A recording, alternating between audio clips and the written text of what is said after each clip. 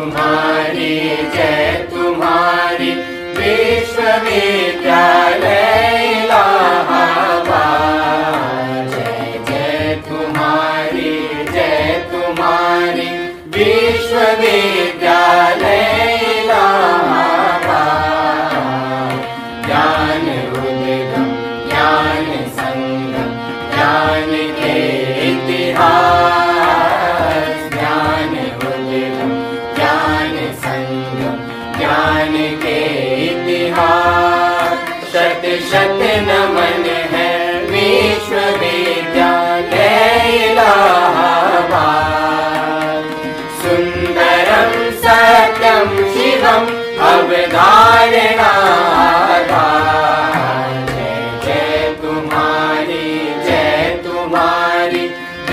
विश्वविद्यालय इलाहाबाद। जय तुम्हारी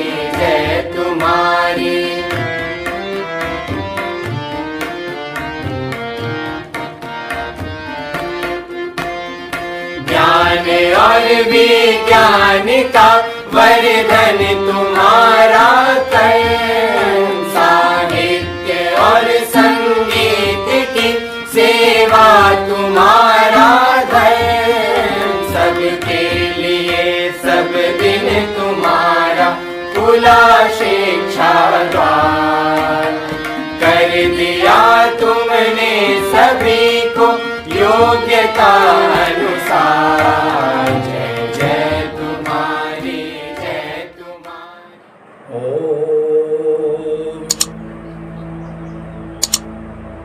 सच्चिदानंद रूपाय विश्वोत्पत्त्यादि हेतवे तापत्रय विनाशाय श्रीकृष्णाय वयं नमः। जन्माद्यस्य यतोऽन्वयादितरतश्चार्थे सुभिज्ञः सुराट्। तेने ब्रह्महृदायादिकवै मुह्यन्ति यत्सूरयः। तेजो वारिमृदां यथा विनिमयो यत्र त्रिसर्गो मृषा। धाम्ना स्वेन सदा निरस्तकुहकं सत्यं परं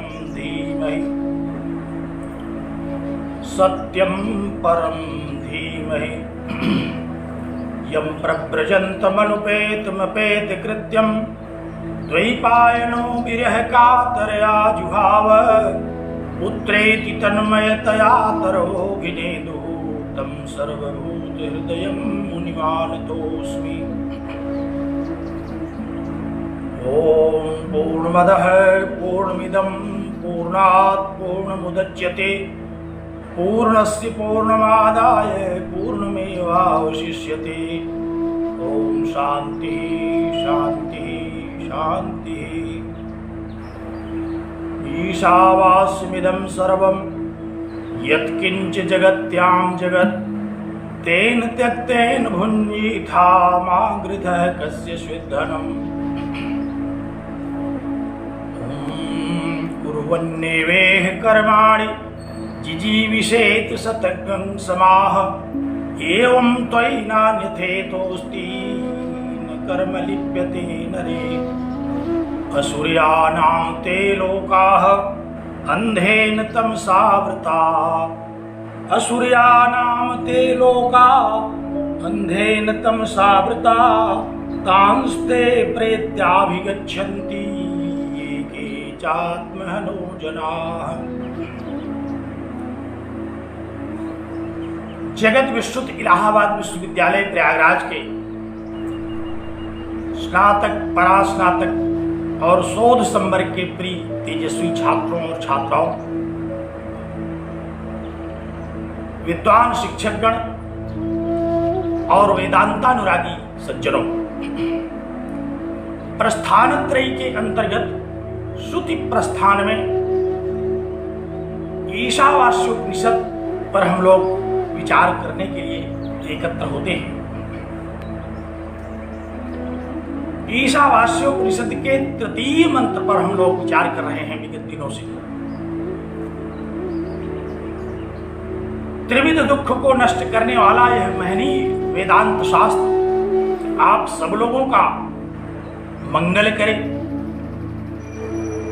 इस शुभकामना के साथ मैं आप सब लोगों को नमन करता हूं और नित्य शुद्ध बुद्ध मुक्त सत्य स्वभाव परम पिता परमेश्वर से यह प्रार्थना करता हूं कि आप लोगों का चित्त एकाग्र हो, आपकी बुद्धि कुशाग्र हो और इस महनीय शास्त्र को हृदयंगम करने में हम लोग सक्षम हो।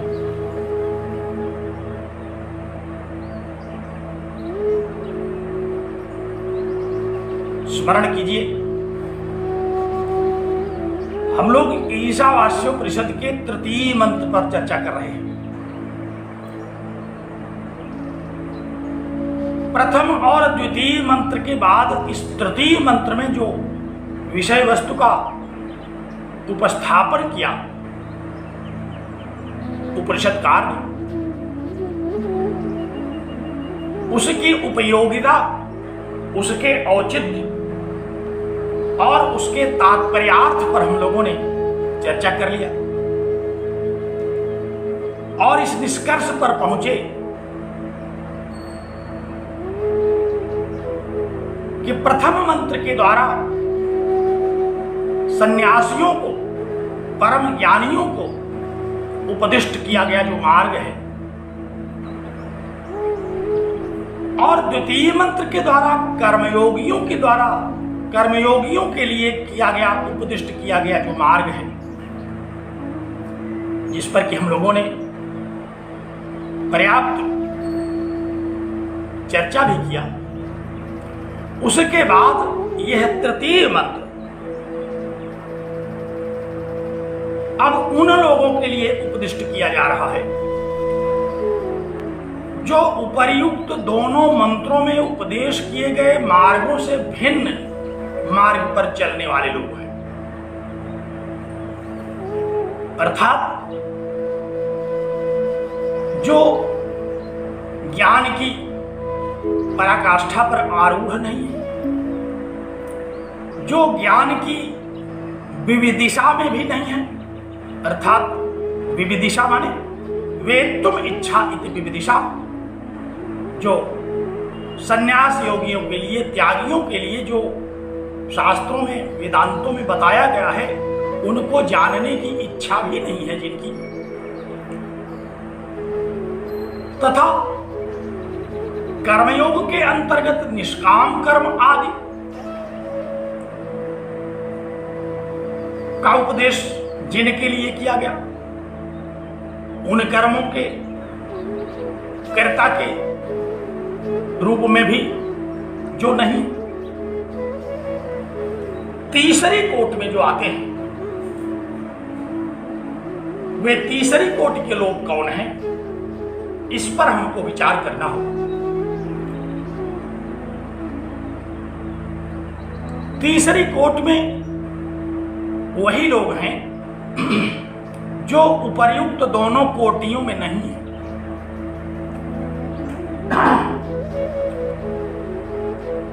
उपर्युक्त दोनों कोटियों में वे लोग थे जो शास्त्र के द्वारा उपदिष्ट मार्गों का अनुसरण करते हैं, चाहे ज्ञान मार्ग से कर रहे हो, चाहे कर्म मार्ग से कर रहे हो। और तीसरी कोट में वे लोग हैं जो शास्त्र के द्वारा बताए गए मार्गों का अनुकरण न कर रहे हो, या तो उपदिष्ट मार्गों के प्रतिकूल आचरण कर रहे हो, अथवा अकर्मण्य की स्थिति में बन गए हो, जो न ज्ञान मार्ग के साधक हैं, न कर्म मार्ग के साधक हैं, न ही परम श्रेय की प्राप्ति के साधक हैं, और न ही श्रेय को प्राप्त करने के मार्ग में सन्नद्ध ही है। परम श्रेय की प्राप्ति दोनों मार्गों से कही गई, ज्ञान मार्ग से भी और कर्म मार्ग से भी। तो जो इन दोनों से अलग हैं, और वे उन दोनों से अलग कौन हैं? अर्थात शास्त्र विहित कर्मों को न करने वाले। अब शास्त्र विहित कर्मों में भी दो तरह के कर्म हम लोग देखते हैं। एक तो शास्त्र इन दोनों मार्गों को उपदिष्ट कर रहा है, ज्ञान मार्ग और कर्म मार्ग, जो परम श्रेय की प्राप्ति कराते हैं। और शास्त्र एक दूसरा मार्ग भी उपदिष्ट कर रहा है, जो प्रेय की प्राप्ति कराते हैं। कर्मकांड का जो मार्ग है वह भी शास्त्र के द्वारा उपदिष्ट किया गया है, अपने गुण और कर्म के अनुसार। वेदों के द्वारा, श्रुतियों के द्वारा, स्मृतियों के द्वारा उपदिष्ट कर्मों का अनुष्ठान, ये भी शास्त्र विहित है। तो शास्त्र विहित कर्मों में श्रेय को प्राप्त करने का भी मार्ग बताया गया और प्रेय को भी प्राप्त करने का मार्ग बताया गया। प्रेय को प्राप्त करने के लिए कर्मकांड आदि के अंतर्गत यज्ञ आदि की व्यवस्था पूर्व मीमांसा का विषय निर्धारित किया गया और प्रेय की प्राप्ति उन्हीं, ध्यान दीजिए, मैंने यह निवेदन किया कि प्रेय की प्राप्ति के लिए पूर्व मीमांसा में वर्णित जो कर्मकांड के उपाय हैं, श्रुतियों में वर्णित जो कर्म कांड के उपाय हैं, उन्हें अनुष्ठान करने का उपदेश किया गया। और श्रेय की प्राप्ति के लिए वेदांतों में, उपनिषदों में, भगवद गीता में, ब्रह्म सूत्रों में जो उत्तर मीमांसा का वाग्मय है उसमें उपदेश किया गया। ये दोनों श्रुति विहित मार्ग हैं, दोनों श्रुतियों में उपदिष्ट मार्ग हैं और इन दोनों के अनुसार मनुष्य अपनी अपनी इच्छा से, अपने अपने संकल्प के अनुसार फलों की प्राप्ति करने के लिए प्रवृत्त होता है। ये प्रवृत्ति और निवृत्ति का मार्ग है। श्रेय की प्राप्ति में प्रवृत्ति मार्ग भी कहा गया, जो कर्मयोग कहा गया, और निवृत्ति का भी मार्ग कहा गया, जो संन्यास कहा गया, ज्ञान कहा गया। और कर्मकांड में, काम में, जैसे सुख इत्यादि की प्राप्ति के लिए, स्वर्ग आदि सुखों की प्राप्ति के लिए, प्रेय के अंतर्गत जिन जिन काम में फलों की इच्छा मनुष्य की होती है, उसकी प्राप्ति के लिए वैदिक उपाय बताए गए। तो वैदिक उपाय में काम में कर्मों के भी उपदेश आए और निष्काम तथा ज्ञान योग के द्वारा निःश्रेयस की प्राप्ति करने का भी उपाय उपदिष्ट हुआ। लेकिन ये जो तीसरा मंत्र है, ये उनके लिए उपदिष्ट हो रहा है जो वेद विहित मार्ग में न तो पूर्व मीमांसा के अनुसार चल रहे हैं, न उत्तर मीमांसा के अनुसार चल रहे हैं, न संन्यास के अथवा कर्मयोग के अनुसार इनकी प्रवृत्ति है, और न ही प्रेय की प्राप्ति के लिए शास्त्र विहित मार्गों में इनकी प्रवृत्ति है।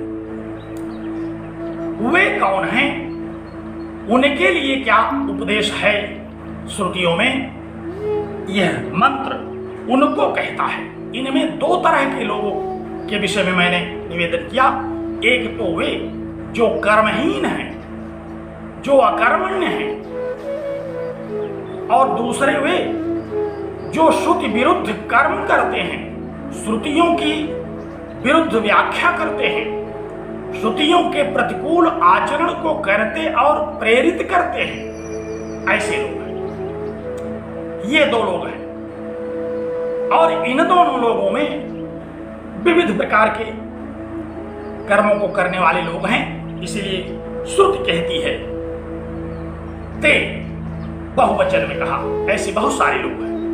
और कौन लोग हैं? और कहा कि ये के चात्महनो जना, जो आत्महनन करने वाले लोग हैं, आत्महंता लोग हैं, अथवा सामान्यतः जो हम लोग ग्रहण कर लेते हैं कि जो आत्महत्या करने वाले लोग हैं। तो 3 श्रेणियां हैं इस मंत्र के द्वारा जो उपदेश दिया जा रहा है। वो किन लोगों के लिए? 3 श्रेणियों में आने वाले। एक तो वे जो विकर्म करते हैं। गीता में हम लोग जब कर्म की चर्चा करते हैं तो वहां भगवान श्री कृष्ण ने कहा कि कर्म, विकर्म और अकर्म, इन पर विचार कर लेना चाहिए। ये 3 हैं जो कि विचारणीय हैं। कर्म कौन है? कर्म तो वे हैं जिन पर हम लोगों ने चर्चा कर लिया, चाहे वेदांत के द्वारा उपदिष्ट कर्म हो, चाहे पूर्व मीमांसा के द्वारा उपदिष्ट कर्म हो, चाहे श्रेय की प्राप्ति का वेद विहित कर्म हो, चाहे प्रेय की प्राप्ति का वेद विहित कर्म हो, वह तो कर्म है। कर्म के अंतर्गत ही वैराग्य, संन्यास, कर्मयोग, निष्काम कर्म और काम्य कर्मों की प्राप्ति कराने वाले यज्ञादि कर्मकांडीय जो प्रवृत्तियां हैं वे सब कहिए। ये क्या है? ध्यान से सुनिए।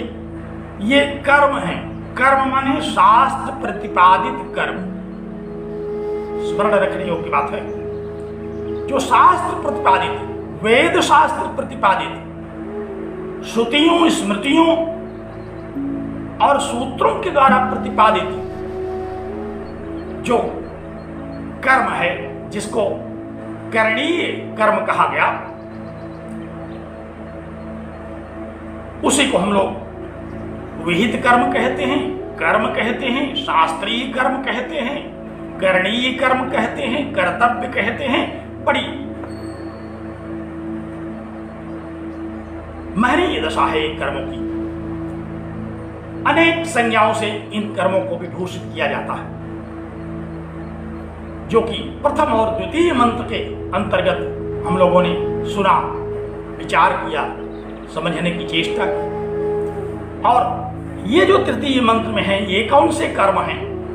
कहा कि ये हैं जो विकर्म हैं, विरुद्ध कर्म, जो शास्त्र विरुद्ध कर्म हैं, जो शास्त्र प्रतिपादित कर्मों के विरुद्ध हैं। विरुद्ध 2 प्रकार से निषिद्ध कर्म हैं, जिनका निषेध किया गया है। बहुत सारे हिंसा नहीं करनी चाहिए, सुरापान नहीं करना चाहिए, बहुत सारी एक लंबी सूची है जो निषेध कार्यों के अंतर्गत आता है। तो ये तो विकर्म है, इनको जो करता है। विरुद्ध कर्म, शास्त्र प्रतिषिद्ध कर्म जो हैं वे विकर्म कहे जाते हैं। इन्हीं को हम विरुद्ध कर्म कहते हैं, विपरीत कर्म कहते हैं, वेद विरुद्ध कर्म ये कहे जाते हैं। उनके लिए यह मंत्र आया। और दूसरे कौन लोग हैं? कहा जो अकर्म करते हैं। अकर्म करने का मतलब क्या? जो यह सोचते हैं कि भाई अब हम अर्थार्जन इत्यादि करें तो तेन त्यक्तेन भुंजीथाह से कैसे हमको संतोष होगा। हमने बड़े परिश्रम से अर्थार्जन किया, अब हम उसका त्याग कर दें, अर्थ का त्याग कर दें, काम का त्याग कर दें, सब कुछ त्याग ही कर दें, तो फिर हम अर्जित क्यों करें? इसलिए हम कुछ न करें। ये अकर्म करने वाले लोग हैं। ये कहते हैं कि भाई जब हमको फलों का भोग ही नहीं करना है, जब हमें अपने लिए फलों का ग्रहण ही नहीं करना है, हम फलों में सुख दुख की अनुभूति ही नहीं कर सकते, तो फिर हम कर्मों को ही क्यों करें? ये दूसरे कोटि के लोग हैं। एक तो वे लोग हुए जो शास्त्र विरुद्ध कर्म करते हैं, जो वेद विहित कर्मों के विपरीत मार्ग पर चलते हैं, अविहित कर्मों को करते हैं। और दूसरे वे हैं जो इस निर्णय पर पहुंच गए कुतर्कों के द्वारा कि जब हम कोई फल नहीं प्राप्त करना है हमको, तो हम कर्म ही क्यों करें। अब हम न तो विहित कर्म करेंगे, न ही कोई कर्म करेंगे। किसी भी प्रकार का कर्म न करने का जो निर्णय ले चुके, ऐसे जो आलसी हैं, ऐसे जो अकर्मण्य हैं, ऐसे जो कर्महीन हैं, कर्महीन गति के लोग, वे लोग हैं उनके लिए। और इसीलिए दोनों के साथ साथ एक जो तीसरी कोटि कही गई, जो आत्महंता लोग हैं, इनके लिए यह मंत्र उपदिष्ट किया गया। तो इनके लिए इस मंत्र में क्या प्राप्त करना है, क्या प्राप्त करने योग्य है, इस पर श्रुतिकार ने, इस पर उपनिषदकार ने इस तीसरे मंत्र में उपदेश दिया। कहा कि असुरया नाम के लोका, इनके लिए असुरया नाम ते लोका, जो आसुरी लोग हैं। कैसे हैं वे? अंधेन तमसावृता, अंधेन अंधा बना देने वाले, अंधकार से आवृत जो आसुरी लोग हैं, उनकी प्राप्ति इनको होती है। अर्थात यदि ये प्रथम द्वितीय मंत्रों के अनुसार कर्तव्य रत होते, तो इनको मोक्ष, मुक्ति, श्रेय की प्राप्ति होती। चाहे ये निर्गुण परमात्मा का चिंतन करते, चाहे सगुण परमात्मा का चिंतन करते, चाहे भक्ति मार्ग से चलते, चाहे ज्ञान मार्ग से चलते, चाहे कर्मयोग की साधना से युक्त होते, तब तो इनको श्रेय की, परम श्रेय की प्राप्ति होती। लेकिन जो इनमें नहीं है, जो इससे विरुद्ध आचरण करने वाले हैं, उनके लिए क्या फल है? क्योंकि फल ही तो बताया गया उपयुक्त दोनों मंत्रों में। उपयुक्त दोनों मंत्रों में किस फल की चर्चा आई? श्रेय के रूप में, जो परम फल है, जो इस मानव जीवन का परम लक्ष्य है, जिसको हम परम पुरुषार्थ कहते हैं, वह उक्त हुआ। और यहां क्या फल है? किनके लिए? कहा उनके लिए जो विकर्म करने वाले हैं। इसी विकर्म को हम लोग कुकर्म भी कह देते हैं, दुष्कर्म भी कह देते हैं। जितने भी त्याज्य कर्म हैं, इसी विकर्म के अंतर्गत सब समेट लिए जाने चाहिए। और इसी में अकर्म में भी इनको ग्रहण कर लेना चाहिए, क्योंकि जब वे कोई कर्म नहीं करने का निर्णय करेंगे, तो भी उनके बस में तो शरीर है नहीं। कार्यते है सहकर्म, शरीर तो सत्व रजस तमस इन तीन गुणों के द्वारा बनाया गया है। वह तो विवश करके व्यक्ति को कर्म करवा ही देता है। इसीलिए आरंभ में ही साधना के रूप में जो उपदेश हुआ, नित्य नैमित्तिक प्रायश्चित उपासना इत्यादि का, उसमें कुछ न करने वाले लोगों के लिए भी नित्य कर्म विहित है। नित्य कर्म करने से कोई पुण्य नहीं होने वाला है, लेकिन अगर आप नहीं करते तो उससे पाप होगा। पाप होने के साथ साथ शरीर की चर्या नष्ट होगी, शरीर नष्ट होगा, स्वास्थ्य नष्ट होगा। तो इसीलिए नित्य कर्मों का भी बड़ा उपयोग कहा गया शास्त्रों में, कि उसके करने से पुण्य तो कुछ नहीं होने वाला है, लेकिन न करने से पाप बड़े बड़े होंगे। क्योंकि कर्म प्रधान संसार है, कर्म प्रधान शरीर है। कर्म करने के लिए इस शरीर को बड़े भाग्य से मनुष्य के रूप में प्राप्त किया गया। ऐसी दशा में भी यदि आप कर्म नहीं करते, अकर्मकृत हैं, अथवा दुष्कर्म करने वाले हैं, विकर्म करने वाले हैं, शास्त्र प्रतिकूल कर्म करने वाले हैं, शास्त्र की प्रतिकूल व्याख्या करके समाज को दिग्भ्रांत करने वाले हैं, तो फिर इनके लिए ते लोकाः, वे लोग कहे गए।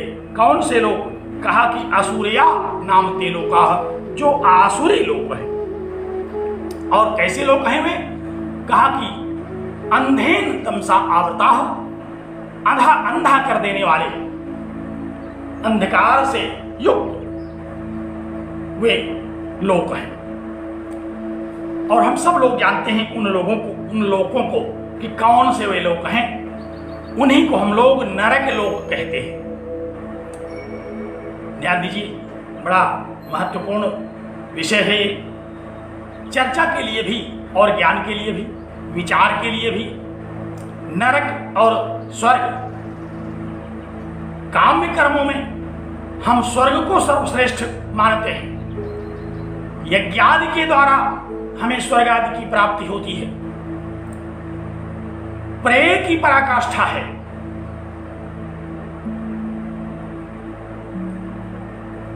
तो स्वर्ग की सत्ता तो है, ऐसा नहीं है कि स्वर्ग की सत्ता नहीं है। इन शास्त्रों में ही स्वर्ग की सत्ता को भूयो भूयः कहा गया है। आपको स्मरण होगा, कठोपनिषद में नचिकेता और यमराज के संवाद में जब वहां यह वर्णन आता है कि स्वर्गे लोके न भयम किंचनास्ति न तत्त्वत्वं न जरया विभेति, नचिकेता ने कहा कि देखो स्वर्ग लोक है, सुना है शास्त्रों में, और स्वर्गे लोके न भयम किंचनास्ति, किसी प्रकार का भय नहीं है वहां स्वर्गलोक में। कौन सा भय नहीं है? यमराज ने पूछा, कहा कि न तत्त्वत्वं, एक तो वहां भय तुम्हारा नहीं है, मृत्यु का भय नहीं है। जितने दिनों के लिए स्वर्गलोक की प्राप्ति हो गई है पुण्य के प्रभाव से, उतने दिनों तक वहां हम अपने पुण्य का उपभोग करेंगे। यज्ञादि के द्वारा अर्जित जो सुकृत है, उस सुकृत के परिणाम स्वरूप प्राप्त हुआ जो स्वर्गलोक है, उस स्वर्गलोक में जो कर्मकांडों की मान्यता है, 4 अरब 32 करोड़ वर्ष तक स्वर्ग में रहने की अवधि है।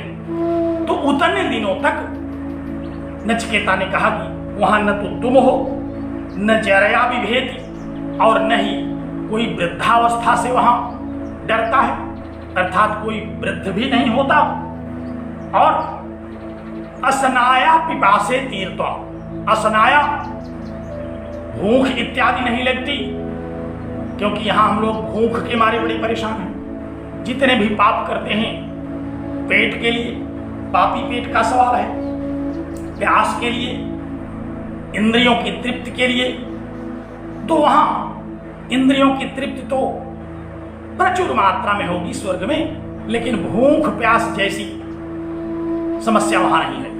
उभे तीर्थासनाया पिपासे शोकाति गो मोदते स्वर्गलोके, वहां शोक से अतिक्रमण करके प्रतिदिन होने वाला जो शोक है, जैसे यहाँ मृत्युलोक में प्रायः विविध प्रकार के शोक हैं, अपना अपने से संबंधित जनों का, संसार का, देश का, बहुत सारे शोक हैं। उन शोकों से हम लोग प्रताड़ित रहते हैं, भूख के मारे, प्यास के मारे, अन्य आवश्यकताओं के मारे हम परेशान रहते हैं। लेकिन स्वर्ग में कहा कि स्वर्ग में शोकादि यह, यहाँ जो मृत्युलोक का शोक है, जिस शोक से भली भांति हम लोग परिचित हैं, उस शोक से बाहर निकल करके मोदते, मुदित रहते हैं, प्रसन्न रहते हैं, आनंद करते हैं। कहा स्वर्गलोके, स्वर्गलोक में। तो स्वर्गलोक की सत्ता तो है, यही श्रुति कह रही है। जो श्रुति सन्यास का उपदेश दे रही है, जो श्रुति भक्ति का उपदेश दे रही है, जो श्रुति कर्मयोग का उपदेश दे रही है, जो श्रुति समस्त प्रकार की विद्याओं का उपदेश दे रही है, वही श्रुति कह रही है कि स्वर्ग है।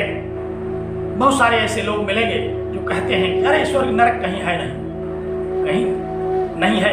ऐसा लगता है कि जैसे उन्होंने समग्र ब्रह्मांड में विचरण करके देख लिया है, कोई उनको ऐसा अधिकार तंत्र दे दिया गया कि आप बता दीजिए लोगों को कि स्वर्ग कहीं नहीं है। स्वर्ग नहीं है, कैसे नहीं है? अगर मृत्युलोक है, पाताल लोक है, आकाश लोक है, तो स्वर्गलोक भी है। जैसे सारे लोक हैं वैसे स्वर्गलोक भी है।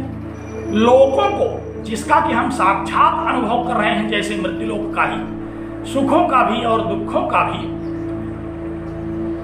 उनसे संबंधित अन्य लोक नहीं है, ये कहना ये सर्वथा पागलपन है कि स्वर्गलोक नहीं है। सब लोग कहते हैं यही है सब। अरे यहां है अगर, तो आप प्रत्यक्ष तो अनुभव कर ही रहे हैं तो फिर आप उसके अस्तित्व को कैसे नकार सकते हैं? अगर आप यह मानते हैं कि यही है स्वर्ग भी और नरक भी, तो कहां से यहां आया स्वर्ग और नरक? निश्चित रूप से स्वर्ग का कोई कॉन्सेप्ट है, स्वर्ग की कोई अवधारणा है जिसको आप कह रहे हैं कि यही है। आप ही के वाक्य में यह बात द्योतित हो रही है कि यही है, अर्थात जहां अन्य लोग कह रहे हैं वहां की बात छोड़िए, यहां है। तो चलिए आप यहीं भोग लीजिए। लेकिन शास्त्र ने कहा कि स्वर्ग लोक है। हम लोग तंत्रवार्तिक पढ़ रहे थे जब सांख्य दर्शन में, वहां भी कहा गया था कि यन्न दुखेन संभिन्नम, जो दुख से बिल्कुल रहित होता है, न च ग्रस्त मनंतरम, जहां दुख से कोई ग्रस्त नहीं होता, ऐसा लोक है। उसी लोक को तत्पदा स्वपदास्पदम, उसी स्वर्ग लोक को स्वर्ग इस पद के द्वारा, इस संज्ञा के द्वारा उपदिष्ट किया जाता है। तो स्वर्ग लोक तो है जहां जाने के लिए वेदों में कर्मकांडों का विधान बनाया गया। उन कर्मकांडों के द्वारा स्वर्गलोक की प्राप्ति हेतु उनका संकल्प करने वाले लोग अनुष्ठान करते रहे। तो इसलिए स्वर्गलोक तो है। ये नहीं कहा जा सकता कि स्वर्गलोक नहीं है। जो केवल जहां तक दिखाई पड़ता है उतना ही देखने वाले लोग हैं, अगर वो कहते हैं कि यही है, तो जान लीजिए कि उनको जितना दिखाई पड़ता है उतने में तो है। तो हम लोगों को जितना दिखाई पड़ रहा है शास्त्र दृष्टि से, क्योंकि जहां प्रत्यक्ष अनुमान उपमान इत्यादि शास्त्र इत्यादि प्रमाण नहीं पहुंचते वहां शास्त्र प्रमाण पहुंचता है, और जहां ये सामान्य शास्त्र भी नहीं पहुंचते वहां श्रुति प्रमाण पहुंचता है। तो श्रुति का यह वाक्य है, कठोपनिषद का यह वाक्य है कि स्वर्गे लोके, स्वर्गलोक तो है। स्वर्गलोक की सत्ता की बात कही। स्वर्गलोक का अस्तित्व है, जैसे मृत्युलोक का अस्तित्व है उसी तरह से स्वर्गलोक का भी अस्तित्व है। वहां लोग अपने पुण्यों का परिणाम भोगने जाते हैं इस शरीर को छोड़ करके, क्योंकि यह शरीर तो क्षणिक है, इस शरीर की तो आयु निर्धारित है। लेकिन जिसने बहुत सारा पुण्य अर्जित कर लिया, उस बहुत सारे पुण्यों को भोगने के लिए इस मर्त्य शरीर को छोड़ करके उसे एक दिव्य शरीर की प्राप्ति होगी। उस शरीर को प्राप्त करके वह स्वर्गलोक को जाएगा। जिनकी आस्था शास्त्रों में न हो, केवल दुष्कर्म में हो, केवल विकर्म में हो, केवल अकर्म में हो, उनके लिए यह उपदेश नहीं किया जा रहा। उनसे हमारी कोई लड़ाई नहीं। भगवान उनको सद्बुद्धि देंगे जब, तब उनको समझ में आएगा। लेकिन ऐसे लोगों के कहने से हम यह मान करके विचरण करने लगे कि चलिए अब हमको अकर्म करने का, विकर्म करने का लाइसेंस प्राप्त हो गया है, क्योंकि स्वर्ग और नरक नहीं होता है। नहीं होता है तो क्या ये अधिकार मिल जाता है हमको, जो श्रुतियों के द्वारा विहित कर्म हैं, जो कर्मयोग ज्ञानयोग आदि मार्ग, उत्कृष्ट मार्ग कहे गए, परम श्रेय की प्राप्ति के लिए जिन मार्गों का उपदेश किया गया, क्या उनके भी अस्तित्व का खंडन इसी बात से हो जाएगा? क्या हम उसे भी इसी तरह से स्वीकार कर लेंगे? नहीं। शास्त्र में कहा गया, भगवद गीता में भी कहा गया, आपको याद होगा 2वें अध्याय में, वहां भगवान श्री कृष्ण ने अर्जुन से कहा कि यदि तुम युद्ध कर्म करोगे तो स्वर्ग द्वारम अपावृतम, तुम्हारे लिए स्वर्ग का द्वार अपावृत है, खुला हुआ है। यज्ञादि के द्वारा तो जो लोग स्वर्ग की प्राप्ति करते हैं उनको स्वर्ग की प्राप्ति में ढेर दिन लगता है। यज्ञ पूर्ण करेंगे, इस शरीर के प्रारब्ध भोग को भोग चुकेंगे, तब कभी स्वर्ग लोग जाएंगे, इसमें तो बड़ा विलंब है।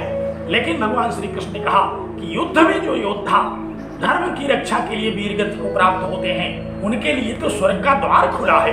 उनको तो सद्य इस शरीर से मुक्ति मिल जा रही है और वे स्वर्ग चले जा रहे हैं। तो भगवद गीता कह रही है कि स्वर्ग है, कठोपनिषद कह रहा है कि स्वर्ग है। तो जब हमारे शास्त्र कह रहे हैं, हम उन्हीं शास्त्रों में सारी बातों को स्वीकार करते हैं, तो स्वर्ग की बात को क्यों स्वीकार नहीं करेंगे? हम उसको क्यों नहीं मानेंगे? स्वर्ग द्वार अपावृतम, भगवान श्री कृष्ण ने कहा कि स्वर्ग का द्वार खुला रहेगा। जब तुम यहाँ वीरगति को प्राप्त हो जाओगे तो तुम्हें स्वर्ग का द्वार खुला हुआ मिलेगा, वहां खटखटाना नहीं पड़ेगा। यज्ञ इत्यादि करने के बाद तो लोगों को जाकर के खटेरना पड़ता है। लेकिन यहाँ तो सुखिन क्षत्रिया पार्थ लभंते युद्ध में दुष्म, ऐसे क्षत्रिय, ऐसे कर्मयोगी, ऐसे कर्म की साधना करने वाले, ऐसे निष्काम कर्मयोगियों के लिए ये बड़ी सुखद स्थिति है कि वे कर्मयोग की साधना करते हुए स्वर्ग पहुंच जाते हैं, परम श्रेय की प्राप्ति उनके लिए हो जाती है। देखिए, स्वर्ग की प्राप्ति दो तरह के अनुष्ठानों से कही गई, एक तो यज्ञ से और दूसरा युद्ध से। यज्ञ भी एक अनुष्ठान है, युद्ध भी एक अनुष्ठान है। युद्ध के द्वारा भी स्वर्ग जाने का विधान बताया गया और यज्ञ के द्वारा भी स्वर्ग जाने का विधान बताया गया। दोनों में स्वर्ग की प्राप्ति कही गई। स्वर्ग शब्द का अस्तित्व है, स्वर्ग अर्थ का अस्तित्व है, स्वर्ग लोक शब्द है, तो फिर उस स्वर्ग लोक का अर्थ क्यों नहीं होगा? तो इसलिए कोई यह कहे कि स्वर्ग नहीं है, वैकुंठ नहीं है। वैकुंठ है जहां लोग कुंठित नहीं रहते, विगत है कुंठा। यस्माद्वा, जिसकी कुंठा दूर हो गई है, यहाँ तो हम लोग प्रतिदिन कुंठित हो जाते हैं, विविध प्रकार की कुंठाएं हमको घेर लेती हैं।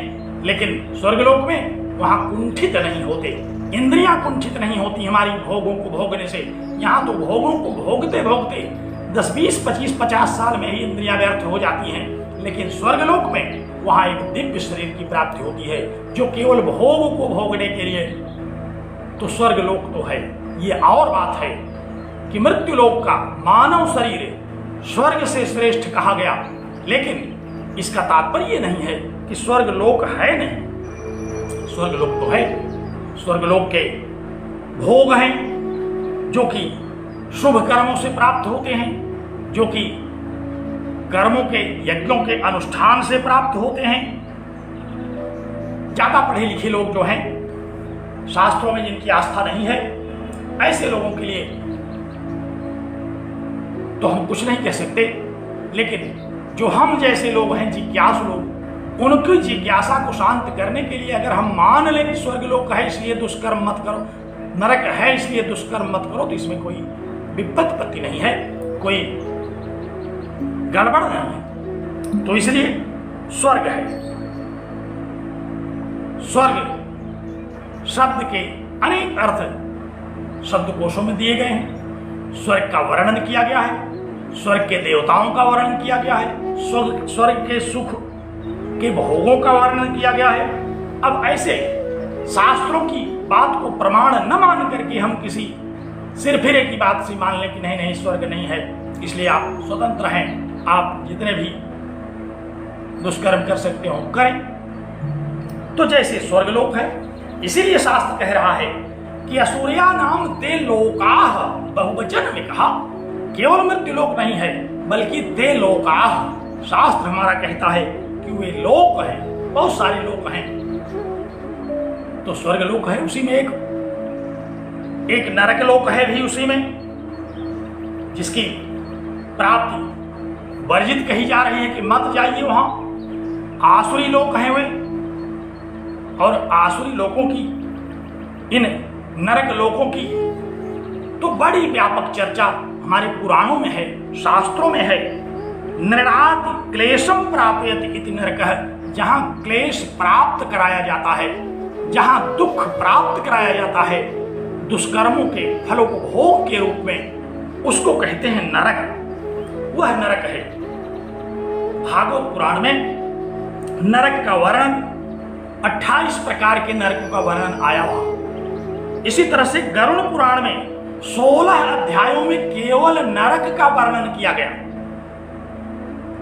तो हमारा शास्त्र पुनीत लोगों की चर्चा करता है, उसको हम मानते हैं। उसी तरह से नारकीय लोगों की चर्चा करता है, हम उसको ही मानते हैं। ऋग्वेद में, अथर्ववेद में, वाजसनेयी संहिता में, शतपथ ब्राह्मण में, उपनिषदों में, पुराण इतिहासों में सर्वत्र नरक शब्द है। और नरक में जो क्लेश प्राप्त कराया जाता है कर्मों के अनुसार, वह सब भी बड़े विस्तार से वर्णित किया गया है। तो फिर हम इसको क्यों न माने? नरक भी है, जैसे स्वर्ग को मानते हैं उसी तरह से नरक लोक भी है। और जो लोग कहते हैं कि नरक यहीं है और कहीं नहीं है, तो वो तो यहीं भोगना शुरू कर देते हैं। लेकिन जिनको यहां नहीं मिला भी, उनको भी निराश होने की आवश्यकता नहीं है। वे भी अपने दुष्कर्मों का फल पाएंगे। अवश्य में भोक्तव्यम कृतम कर्म शुभाशुभम। कर्म की चर्चा करते हुए हम लोगों ने इस पर व्यापक चर्चा की है कि जो भी शुभ और अशुभ कर्म किए जाते हैं उनके फलों का भोग तो करना पड़ता है। शुभ और अशुभ दोनों कर्मों के फलों का भोग किया जाता है। यह तो एक विवेकपूर्ण ढंग से सोचिए तो यहाँ भी हमें शुभ और अशुभ कर्मों का फल मिलता है। तो जब यहाँ मिलता है तो इस शरीर से जितने हमारे शुभ अशुभ कर्म भोगने से बचे हुए रह जाते हैं उनको भोग करने के लिए हमें स्वर्ग और नरक की प्राप्ति होती है। अच्छा, एक बात और बताऊं मैं। मान लीजिए हिंदू शास्त्रों की बात लोग कहते हैं नहीं नहीं स्वर्ग नरक नहीं है, लेकिन मुस्लिम शास्त्रों में भी जहन्नुम की चर्चा आती है। कहते हैं जहन्नुम में चले जाओ। वो तो हमारी किसी बात को नहीं मानते, हमारे शास्त्रों की ढेर सारी बातों का खंडन करते हैं, लेकिन नरक लोक का ग्रहण उन्होंने भी कर लिया। जो दूसरे धर्म के, दूसरे मतवाद के अनुयायी लोग हैं उनको भी नरक का अस्तित्व स्वीकार करने में कोई संकोच नहीं है। वे भी नरक की बात करते हैं। इसी तरह से पारसी, ईसाई, अन्य धर्मों में भी नरक और स्वर्ग जैसे लोगों की अवधारणा की बड़ी व्यापक चर्चा आती है। संसार के जब सभी धर्मानुयायी, सभी दर्शन मतानुयायी इस लोगों की सत्ता का अस्तित्व स्वीकार करते हैं तो हम कैसे कह सकते हैं कि नहीं है? चंद्रलोक नहीं है तो कहां चले जा रहे हैं लोग? चंद्रलोक लोग जाके लौट भी आए, देखा है। तो जब चंद्रलोक जाके लोग लौट आए तो इसी तरह से ते लोका, बहुत सारे लोक हैं जिनको कि हम, जिनमें से एक नरक लोक को भी कहते हैं, जहां हम कर्मफल भोगने के लिए जाते हैं, तो वह नरक लोक है। भगवान श्री कृष्ण ने गीता में भी कहा कि त्रिविधम नरकस्येदम द्वारम नाशनमात्मनः। कहा 3 प्रकार के नरक के द्वार हैं। तो नरक है तभी तो उसका द्वार हुआ, इसलिए नरक तो है। बहुत ही क्या कहते हैं इसको, स्थूला निखनन न्याय से अगर हम शास्त्र की चर्चा करें तो भी नरकों की सत्ता और स्वर्गों की सत्ता सर्वमान्य है। ऐसे लोग जो पशु की श्रेणी में आते हैं, जो कि भोग भोगने के लिए यहां भी पैदा ही हुए हैं, मनुष्य रूपेण मृगाश्चरन्ति, जो मनुष्य के रूप में मृगवत विचरण कर रहे हैं, जो शास्त्र के कर्म, विकर्म, अकर्म की अवधारणा को नहीं समझते, वे तो कुछ भी कह सकते हैं, कुछ भी कर सकते हैं। लेकिन शास्त्रों को इस बात का स्वीकार करने में, इस बात को कोई आपत्ति नहीं है। सारे शास्त्रों ने नरक की सत्ता को, यहां तक कि बौद्ध धर्म में भी 8 प्रकार के नरकों की चर्चा की गई। तो भगवान बुद्ध ने भी नरक के विषय में उपदेश दिया। हिंदू, सिख, मुस्लिम, सिख, ईसाई सारे लोग नरक की बात कह रहे हैं। तो ये कौन है जो कहते हैं कि स्वर्ग नहीं है और नरक भी नहीं है? ये पता नहीं कौन है। इनके विषय में हम लोग फिर विचार कर लेंगे। लेकिन इतना पक्का है कि नरक लोक है और विभिन्न प्रकार के नरकों के जो क्लेश मिलते हैं उनका भी वर्णन है। कहीं हम लोग कहते हैं अग्निकुंड में फेंक दिया जाता है, कहीं कड़ाहे में डाल दिया जाता है, कहीं शीतल बर्फ में ढक दिया जाता है। और यहाँ इस मंत्र में भी हम लोग देख रहे हैं कि अंधेन तमसा वृताः, जो अंधा बना देने वाले अंधकार से युक्त नरक लोक है। तो नाना प्रकार के नरक लोक कहे गए। नाना प्रकार का जितना भी क्लेश प्राप्त करने का उपाय हो सकता है, दुर्गंधपूर्ण नरक, आर्तनाद करने वाले लोग जहां केवल आर्तनाद हो रहा है, तो ऐसे नरकों की सत्ता है। पाप कर्मों के फलों को भोगने के लिए उन नरकों में जाना पड़ता है, उन नरकों में विवश होना पड़ता है। और पाप कर्म, पुण्य कर्म, इसका शास्त्र विहित जो उपदेश है तदनुसार हमें निर्धारण कर लेना चाहिए कि किसको कहते हैं पाप, किसको कहते हैं पुण्य। हमारे उपनिषदों में कितने प्रकार के पाप हैं, कितने प्रकार के महापातक हैं, इन सब का वर्णन छांदोग्य उपनिषद के एक प्रकरण में आया है। अब हम वहां नहीं जाना चाहते, लेकिन कर्मानुसार नरक की प्राप्ति का विधान है, कर्मानुसार स्वर्ग की प्राप्ति का विधान है। और शास्त्रों का यह भी कहना है कि ये मत समझिए कि बहुत कोई विद्वान है तो नरक में नहीं जाएगा, क्योंकि वो कर्मानुसार है। विद्वान ने भी जितने पातकी कर्म किए वह उतना फल भोगने के लिए उसको नरक में जाना होगा। ज्ञानियों ने, बुद्धिमानों ने, आस्तिकों ने, अच्छा बुरा कर्म करने वालों ने, जितने भी प्रकार के लोग हैं, उनके कर्मों का निर्धारण है। उन कर्मों के अनुसार कितना कर्म उनके लिए स्वर्गीय है, कितना कर्म उनके लिए नारकीय है, उन दोनों में वो जाएंगे, उनको जाना ही है। जैसे प्रथम द्वितीय मंत्र के द्वारा श्रेय की प्राप्ति कही गई, प्रेय की प्राप्ति कही गई, उसी तरह से इस तृतीय मंत्र के द्वारा नरक लोक की प्राप्ति का विधान बताया गया। जो अज्ञानी लोग हैं, जो वेद विहित कर्मों को नहीं मानते, उनके लिए कठोपनिषद में ही आपको स्मरण होगा, इन कर्मों की जो गति है, उन कर्मों के गति के अनुसार फलोपभोग का विधान है। ऐसा नहीं है कि कोई सज्जन बहुत हो गया और उसने पाप कर्म कर लिए, कोई जानता नहीं तो उसको पाप कर्मों का फल नहीं भोगना है। अथवा कोई दुष्ट कर्म कर रहा है, उसने अच्छे भी कर्म जो किए होंगे, उसको जो अच्छा फल मिलना है वो उसको नहीं भोगेगा, ऐसा नहीं है। जिस प्रकार का कर्म करेंगे उस प्रकार के फल को भोगने के लिए शास्त्र विहित ये कर्मलोक हैं, ये भोगलोक हैं, इनको प्राप्त करना है। मैं स्मरण करा रहा था कि अज्ञानियों के लिए कठोपनिषद में भी हम लोग देखते हैं, अविद्यायामंतरे वर्तमानाः स्वयं धीराः पंडितम मन्यमानाः। जो अविद्या में है वे क्या उनकी गति होती है, कहते हैं कि अंधे नैव नियमाना यथा अंधाः। जैसे अंधे के द्वारा अंधे को ले जाया जाए, तो उस लोक में, जिस लोक की चर्चा हम लोग आसुरी लोक कर रहे हैं, जहां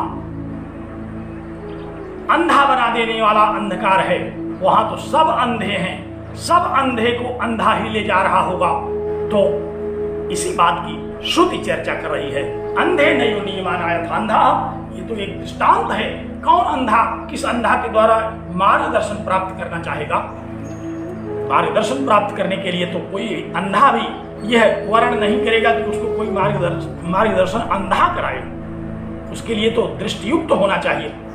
तो दृष्टियां हैं ये शास्त्र की, इसलिए इनके अनुसार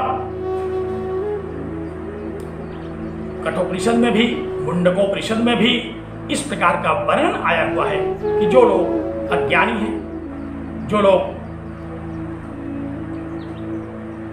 वेद विहित कर्मों को नहीं करते, जो लोग विरुद्ध कर्म करते हैं, उनको स्वर्ग और नरक इत्यादि की प्राप्ति होती है। तो इसलिए ये कहना कि स्वर्ग नहीं है, नरक नहीं है, हमारे शास्त्रों के अनुसार इन दोनों की सत्ता है।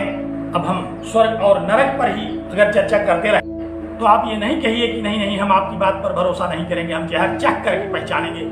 अगर आपने जहर चखा तो फिर समझ लीजिए क्या होगा। तो ये जहर है, ऐसे जहर को हम बहुत ज्यादा उसके अंतरंग में नहीं जाना चाहते, केवल हम संकेत मात्र जो शास्त्र का है उस पर विचार कर लेते हैं। उसके विचार के आधार पर ही हम अपने निर्णय पर पहुंचते हैं। इस बात को कहा भगवान शंकराचार्य ने कहा कि यह क्या कहा, लोक्यते असौ इति लोकः। जहां हम अनुभव करते हैं, जहां हम देखते हैं, किस बात का अनुभव करते हैं? सुख का, दुख का, कर्म फल का। कर्म फल का भी हम अनुभव करते हैं। तो सर्वत्र कर्म फल भोगने के लिए स्वर्गों में भी इमाह रामाः सर्थाः सतूर्याः, बड़ी चर्चा आई स्वर्ग की। उसी तरह से नरकों में भी चर्चा आई, असुर्या नाम ते लोकाः अंधेन तमसावृताः। तो अनंत प्रकार के नरक लोक हैं, अनंत प्रकार के स्वर्ग लोक हैं। अच्छा, एक बात यहां और विचार करने की है कि इस मंत्र में केवल आत्महत्या करने वालों के बारे में नहीं कही गई, क्योंकि जितने नरक लोगों की चर्चा शास्त्रों में आई उतने लोग कहाँ आत्महत्या कर रहे हैं। हम लोग सामान्य ज्ञान से तो यह जानते हैं कि आत्महत्या करने वाले यदा कदा सुनाई पड़ते हैं, बाकी तो सब अकर्म और विकर्म करने वाले लोग हैं। तो ये जो अनंत नरक लोक हैं, इन अनंत नरक लोकों में केवल आत्महत्या करने वाले नहीं जा रहे हैं। वे आत्महत्या करने वाले कौन हैं, इस पर हम लोग भी चर्चा करते हैं, लेकिन आत्महत्या वाले भी उसी में जाते हैं और अकर्म करने वाले भी उसी में जाते हैं, विकर्म करने वाले भी उसी में जाते हैं। शास्त्र विरुद्ध कर्म, शास्त्र प्रतिषिद्ध कर्म करने वाले सब उसी लोक में जाते हैं। कौन से लोग? कहा कि असुरिया नाम ते लोका, जो आसुरी लोग हैं। और लोग कितने हैं हम लोग जानते हैं, प्रायः प्रतिदिन लोगों की चर्चा करने लगते हैं। तीनों लोक में तो 3 लोक तो ही हैं, पृथ्वी, पाताल और आकाश। लेकिन शास्त्र हमारे 14 लोकों की चर्चा करते हैं। उन 14 लोकों में 7 लोक तो पृथ्वी के ऊपर हैं और 7 लोक पृथ्वी के नीचे हैं। और ऊर्ध्व गति उनकी होती है। जो सत्कर्म करने वाले लोग हैं वे पृथ्वी के ऊपर जो 7 लोक हैं उनमें जाते हैं, और जो अधोगति को प्राप्त होते हैं वे पृथ्वी के नीचे वाले लोकों में जाते हैं। और इनका निर्धारण उनके जो कर्म हैं, उनके जो पाप कर्म हैं, उनके जो निषिद्ध कर्म हैं वही है। हमारा शास्त्र कहता है पृथ्वी के ऊपर जो 7 लोक हैं, भूर्भुवः स्वः महः जनः तपः सत्यम, गायत्री मंत्र हम लोग पढ़ते हैं, ओम भूर्भुवः स्वः। 3 लोकों की चर्चा तो यहीं आ गई। तो शास्त्रों में कितने लोगों को कहा गया? कहा 7 लोक हैं ये। भूह के भुवः स्वः महः जनः तपः सत्यम, इसी सत्यम को ब्रह्मलोक कहते हैं। विस्तार से चर्चा आई कि भूलोक को इहलोक कहते हैं, भूवः लोक स्वर्गलोक, महलोक जहां ऋषि मुनि इत्यादियों की प्रतिष्ठा होती है। इसी तरह से तपोलोक, सनक सनंदन इत्यादि जहां जिनकी प्रतिष्ठा कही गई है। और सत्यलोक, ब्रह्मलोक जहां ब्रह्मा सरस्वती आदि देवताओं का लोक है। ऐसे लोगों की चर्चा हमारे शास्त्रों में कहे गए। और इसी तरह से पृथ्वी के नीचे अतल, वितल, सतल, रसातल, तलातल, महातल और पाताल, ये इतने लोक कहे गए। तो ये 14 लोक आए। इन लोकों में क्या होता है? इन लोकों में कर्म फल भोगा जाता है। इन्हीं लोगों को कर्म फलानि लोक्यन्ते, कर्म फलानि दृश्यन्ते, कर्म फलानि भुज्यन्ते इति लोकाः। भगवान शंकराचार्य ने लोक शब्द का अर्थ समझाया। कहा कि लोक किसे कहते हैं? कहा कि कर्म फलानि लोक्यन्ते, कर्म फलों का जहां अनुभव किया जाए, भुज्यन्ते जहां कर्म फलों का भोग किया जाए, जहां कर्म फल दिखाई पड़े। कर्म फल दिखाई भी पड़ते हैं। ऐसा कर्म फल दिखाई पड़ जाएगा कि देखने मात्र से भोग हो जाएगा, देख करके ही लोगों की दशा बिगड़ जाती है। बहुत सारी ऐसी स्थितियां हैं जिसको देख करके ही बड़ी प्रसन्नता भी होती है, बड़ा दुख भी होता है। तो जितनी भी ज्ञानेंद्रियां हैं उन सारी ज्ञानेंद्रियों के द्वारा हमें स्वर्गानुभूति, नरकानुभूति, सारी अनुभूतियां होती हैं। ये हमारे शास्त्र कहते हैं। तो जितने लोक हैं उन सारे लोकों में, इन्हीं लोकों में असुरिया नाम ते लोकाः, इन्हीं लोकों में आसुरी लोक भी हैं। जिन लोकों में असुर लोक रहते हैं, वो असुर क्या करते हैं? वो यहाँ से जाने वाले जो पापी हैं उनके साथ खेला करते हैं। उन्हीं को क्लेश देने में उनको आनंद की अनुभूति आती है। उनको क्लेश प्रदान करने में ही उनको परम अनुभूति होती है। तो ऐसे लोक हैं जो कि आसुरी लोक कहे जाते हैं। हमने आपको नरक लोक, स्वर्ग लोक तथा अन्य लोकों के अस्तित्व के विषय में शास्त्र का उदाहरण देते हुए इसलिए समझाया कि कोई भ्रमित होने की आवश्यकता नहीं। ये हमारे शास्त्र कह रहे हैं कि असुरिया नाम ते लोकाः, वे लोक हैं जो कि नरक लोक के रूप में हैं, जहां अकर्म और विकर्म करने वाले लोग जाते हैं, जहां आत्महनन करने वाले लोग जाते हैं और जाकर के वहां क्लेश की प्राप्ति करते हैं। तो लोकाः सन्ति, लोक हैं, असुर्यानाम, ये लोकाः सन्ति, वे भी हैं, और वहां व्यक्ति को अपने कर्मों का फल भोगने के लिए जाना ही पड़ता है। इसमें किसी प्रकार का कोई रंच मात्र संदेह नहीं है, नहीं करना चाहिए, नहीं है ये तो मैं कैसे कहूं, लेकिन नहीं करना चाहिए ये तो मैं कह सकता हूं, क्योंकि ये शास्त्र हमारे कह रहे हैं। इन शास्त्रों के आधार पर हम इस बात को मजबूती से प्रतिष्ठित कर सकते हैं। अब एक बात बड़ी विचारणीय है इसमें कि ये के चात्महनो जनाः, जो आत्महनन करने वाले लोग हैं वे जो जाते हैं, तो ये आत्महनन क्या है? आत्महनन का क्या यही सामान्य अर्थ जो हम लोग समझ रहे हैं, आत्महंता, आत्महत्या करने वाला, यही है कि कुछ और है? इस पर हम विस्तार से चर्चा करेंगे, क्योंकि ये व्यापक विषय है, इस पर हम लोगों को समझना चाहिए। ये हमारे उपर्युक्त दोनों मंत्रों में जो भी वर्णित चर्चा है उससे जुड़ी हुई चर्चा ही है। इस पर हम आप लोगों के साथ पुनः चर्चा करेंगे। और केते आत्महनो जनाः, वे कौन हैं जो आत्महन करने वाले हैं, आत्महनन करने वाले लोग हैं? क्या है आत्महन करना? क्योंकि हम लोगों ने गीता में पढ़ा है कि नैनम छिन्दन्ति शस्त्राणि नैनम दहति पावकः न चैनम क्लेदयन्त्यापो। जब इसको कोई शस्त्र नहीं काट सकता, जब इसको कोई अग्नि नहीं जला सकती, तो इसको मार कौन सकता है? और जब मार नहीं सकता तो वो आत्महत्या कैसे कर सकता है? क्या आत्महत्या की जा सकती है अथवा क्या आत्महत्या नहीं की जा सकती? क्या है आत्महत्या? इस श्रुति के द्वारा हम लोग इस पर चर्चा करेंगे और फिर आगे विचार करेंगे। तो आइए हम लोग मंगलाचरण करें, फिर हम लोग इस मंत्र पर पुनः आगे की चर्चा करेंगे। ओम पूर्णमदः पूर्णमिदं पूर्णात् पूर्णमुदच्यते पूर्णस्य पूर्णमादाय पूर्णमेवावशिष्यते। ओम शांति शांति शांति।